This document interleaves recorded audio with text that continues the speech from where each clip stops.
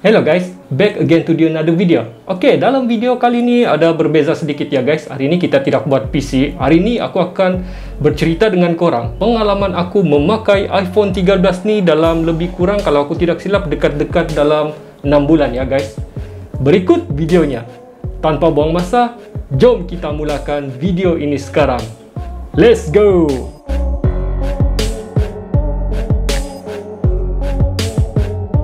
Seperti yang kita sedia maklum, iPhone 13 ni dilancarkan pada 14 September 2021 dan apa yang menarik perhatian, kebanyakan user di luar sana terpesona melihat iPhone 13 yang versi color pink ya guys.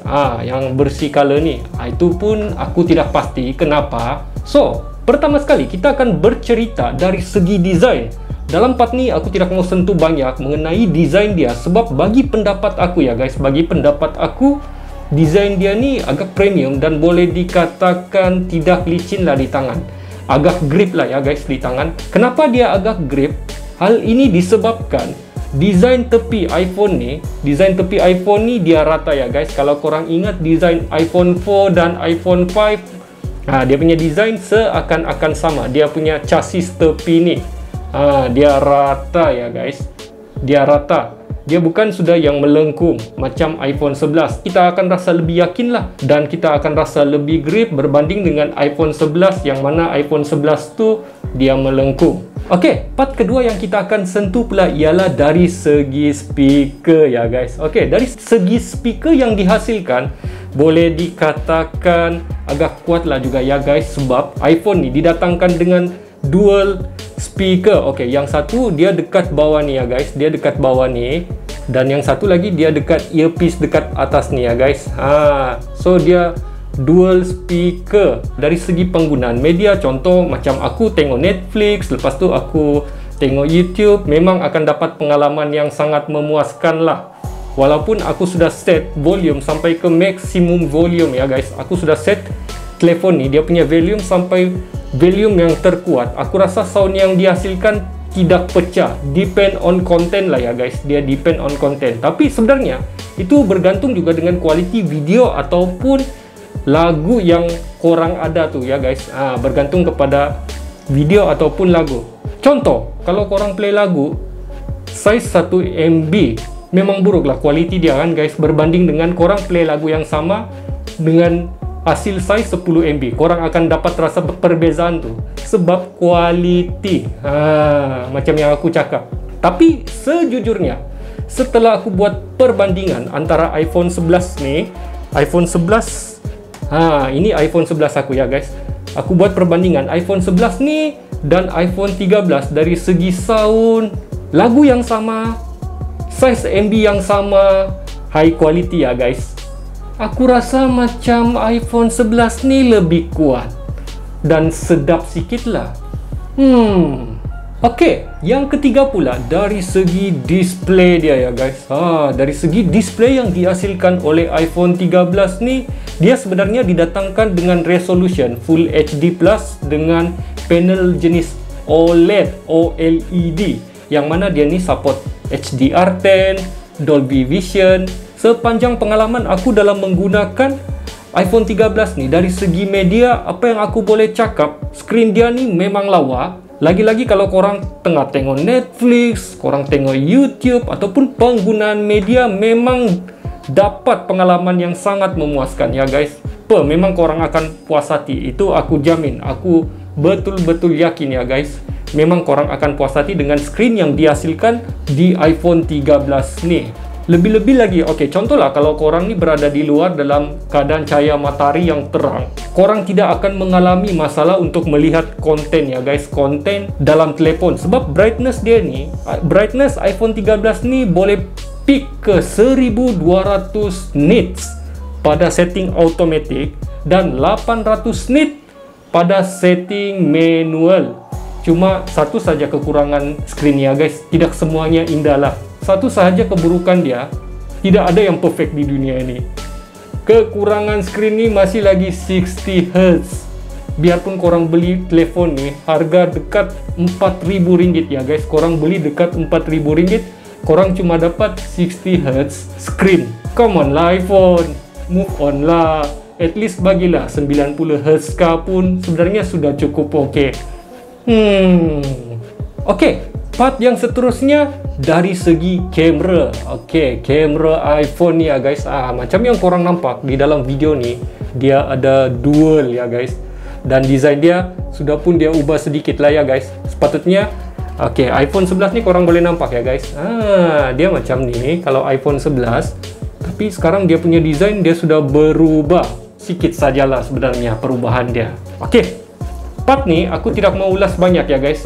Tapi apa yang boleh aku cakap, hasil gambar yang dihasilkan oleh iPhone 13 ni, kamera dia ni boleh dikatakan agak puas hati lah ya guys. Boleh dikatakan korang memang akan berpuas hati dengan hasil gambar yang korang tangkap. Okey, bagi pendapat aku ya guys, bagi pendapat aku, UI kamera dia ni simple dan senang. Lepas tu, contoh, time aku mau snap gambar, aku estimate gambar tu akan jadi yang macam aku mau. Okey, kan kalau setiap kita ni, kita mau snap gambar, kita akan ada satu prediction. Okey, gambar dia mesti akan keluar macam ni. So, bila kalau aku snap gambar, aku estimate gambar tu akan jadi macam aku mau. Dan hasilnya memang seperti yang kita harapkan. Cuma kadang-kadang ada sedikit masalah juga lah ya guys. Kalau korang ni harap cantik, kadang-kadang keluar pula hasil dia buruk. Okey, dari segi video, aku boleh cakap iPhone ni merupakan video kamera yang terbaik berbanding dengan smartphone yang lain. Ditambahkan pula dengan satu feature, iaitu cinematic. Sebenarnya feature ni pun gimmick juga.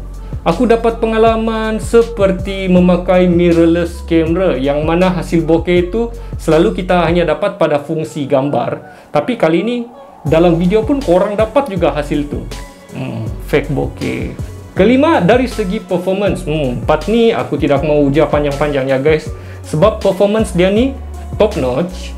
Apa-apa game yang aku try main di smartphone ni tidak ada isu lag ataupun drop FPS. Senang cerita, smooth lah ya guys, sebab chipset dia ni latest A15 Bionic yang didatangkan dengan 5 nanometer ya guys. Bila kalau korang main game lama tu heat ataupun panas tu memang korang akan dapat rasa ya di belakang guys. Dia memang akan ada sedikit panas, tapi tidak terlalu panas lah sampai korang pegang pun macam rasa tidak selesa macam tu. Tidak, dia panas standard. Standard bila kalau korang main game di smartphone, korang akan dapat rasa panas macam tu. Dia standard lah panas dia bukan yang overheat. Okey, model yang aku dapat ni bersaiz 128GB dengan 4GB RAM. Mesti ada yang cakap, what? 4GB RAM? Android ada sudah yang sampai 16GB RAM bro. Apple masih 4GB RAM. What the? Betul, itu aku setuju dengan pendapat korang ya guys. Tapi optimization yang dilakukan oleh iOS itu sendiri boleh buat iOS itu smooth tanpa perlu RAM yang besar. Okey, bab tu aku tidak mau ujar panjang. Itu korang boleh tanyalah Apple apa rahsia dorang, ataupun lebih senang cerita korang call saja ataupun WhatsApp Tim Cook ya guys. Okey, part yang terakhir yang aku akan sentuh ialah dari segi bateri. Bagaimana dengan performance bateri dia? Okey, aku sangat berpuas hati ya guys dengan prestasi bateri iPhone 13 ni. Boleh dikatakan one day usage confirm. Sepanjang penggunaan aku untuk aktiviti seharian, bateri dia ni masih berbaki 30% average. Sepanjang penggunaan aku dalam 5 bulan lebih, dekat-dekat 6 bulan lah macam tu. Contoh, pagi kerja pukul 8, balik dari kerja pukul 5 petang, bateri masih berbaki 60% dan ke atas. Sampai rumah, layan Netflix, tengok YouTube sampai jam 11, bateri tinggal 30%. iPhone 13 ni juga dia support fast charging 20W ya guys. So, kalau bateri iPhone 13 ni dalam 5%, aku charging sampai sejam hanya dapat dalam 80% average lah ya guys. Aku boleh katakan agak slow berbanding dengan telefon Android yang lain yang mana sudah support fast charging sampai 65W. Ini masih 20W guys. Dan yang penting, no charging. Time korang beli smartphone ni, korang tidak akan dapat charging ya guys. Tidak ada charging. Charging tu korang kena beli sendirilah. Tapi tidak apa, nanti aku letak link di description di bawah. Nanti korang kalau ada yang plan untuk beli charging tu, korang just klik saja. Okey, kesimpulannya, adakah aku rekomen untuk korang beli iPhone yang overpriced ni?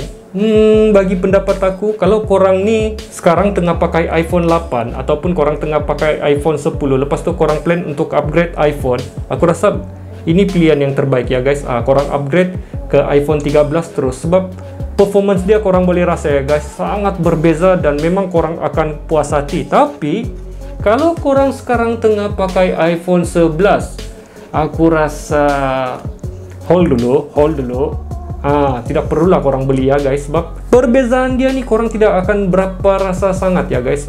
Contoh dari segi performance, dari segi games, memang ada certain games, contoh macam Genshin Impact, korang akan nampak dia punya perbezaan lah. Tapi kalau korang ni guna untuk media ataupun buat macam multitasking, buat kerja di smartphone ataupun surfing internet, layan Netflix dan main game lah, main game yang tidak terlalu berat sangat macam PUBG Mobile pun, korang tidak akan dapat rasa dia punya perbezaan. Paling-paling yang korang akan dapat rasa perbezaan dia dari segi kamera dan juga display. Dari segi performance tu, bagi pendapat aku ya guys, aku sudah try kedua-dua smartphone ni, memang tidak rasa sangat lah dia punya perbezaan. Adakah aku rekomen untuk korang beli iPhone ni? Okey, kalau korang ni sekarang betul-betul tengah mencari budget smartphone harga 3,000 lebih ke 4,000, aku rasa bagus korang cari saja model dari Android yang lain ya guys, sebab banyak smartphone Android yang menawarkan 3,000 lebih ke 4,000, korang akan dapat satu spek yang sangat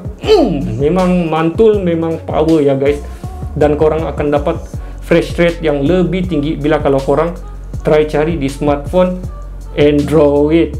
Tapi kalau korang ni betul-betul inginkan satu pengalaman yang sangat memuaskan dan juga confirm update minimum 5 tahun, memang iPhone lah ya guys. Korang ni just mau beli telepon dan korang mau pastikan telepon korang sentiasa update, aku memang suggest korang beli iPhone. Sedangkan iPhone 6s pun dapat juga ya guys, dapat juga update sampai 15.1. iPhone tuh sudah lama ya guys di dalam market, masih dapat update sampai sekarang. Oke guys, setakat ini saja video kita pada kali ini.